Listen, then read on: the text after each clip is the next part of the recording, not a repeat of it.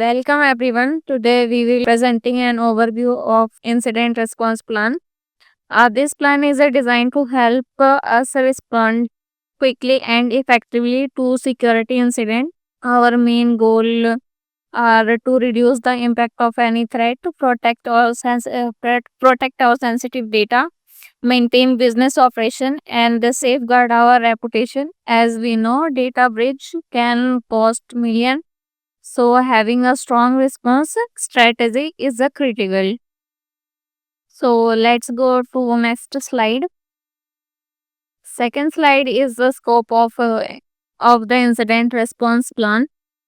Incident response plan covers several type of incident. First, cyber security incident like malware, phishing, or unauthorized access to our network. Second is a data breach, which means when sensitive information, when sensitive data is accessed or stolen by someone without permission. Third one is system failure, so such as a hardware or software problem that causes service disruption or data loss.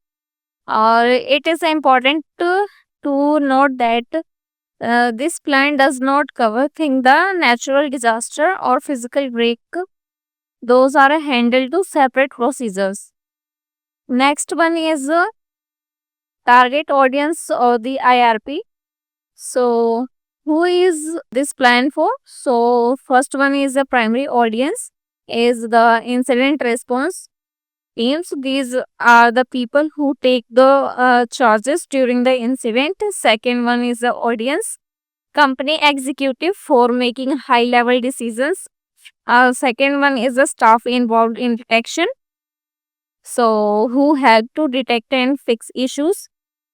Third one is a legal counselor overseeing compliance to make sure we follow laws and regulation. And fourth one is public relation who manage communication with the public and media.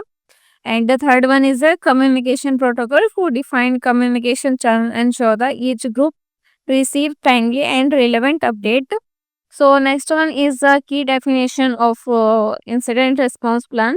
So let's go over a few points, terms used in incident response. So first one is incident is any relevant that break or threat our security policy.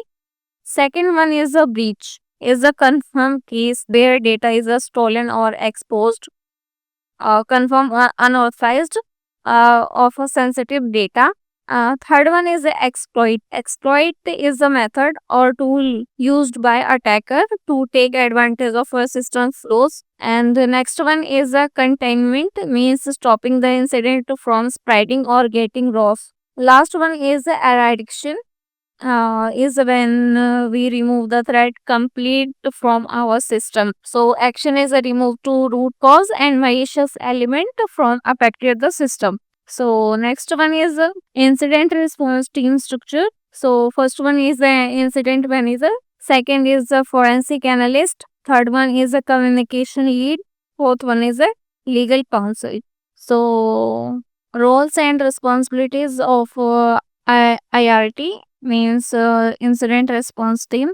So first one is the incident manager. Think this is the role as a captain of ship. They coordinate the entire response effort to make decision and escalate issue when necessary. This is working like a decision making authority, coordinate response affected and escalated the necessaries. Second one is a forensic analyst. So the forensic analyst, their job is to dig deep into affected the system and find the causes of incident, collect digital evidence, and support cleanup activities. They are like organizations, digital detectives. Next one is the communication lead. So communication lead, we have the communication lead. This person ensure the right message go to the right people, from internal team to public. They help control the panic and misinformation. Last one is the legal counsel. So their job is to make sure that every step taken follow laws and regulation. and to advise to any legal risk. So next slide is the incident detection and anomalies method. So before you can fix an incident, you have to detect it. That is where this method comes into play. So first one is a monitoring system. So monitoring system like IDS, IPS, IDS and SIM, they send a real alert when something suspicious happen into your network. Second one is the anomaly detection. Anomaly detection using machine learning and behavior analysis. It flag anything that seems out of ordinary, like a user login from two different countries at once. Third one is the severity. Once alert is received, it's a time for severity assessment. Incident are classified as a high, medium, low based on how bad impact could be. So, for let's understand. To example, if you spot larger amount of outbound traffic at 2 a.m. from a sensitive server, that could mean someone is stealing your data. That is a high severity alert that you need to instant action. Next one is the incident containment and eradication strategy. So once the incident is confirmed, the clock start ticking. Every second matter. Let's break down what happened to next. So first one is the containment. So containment is isolating the affected system immediate. This prevents the attack from the spreading across your network. Second one is error addiction.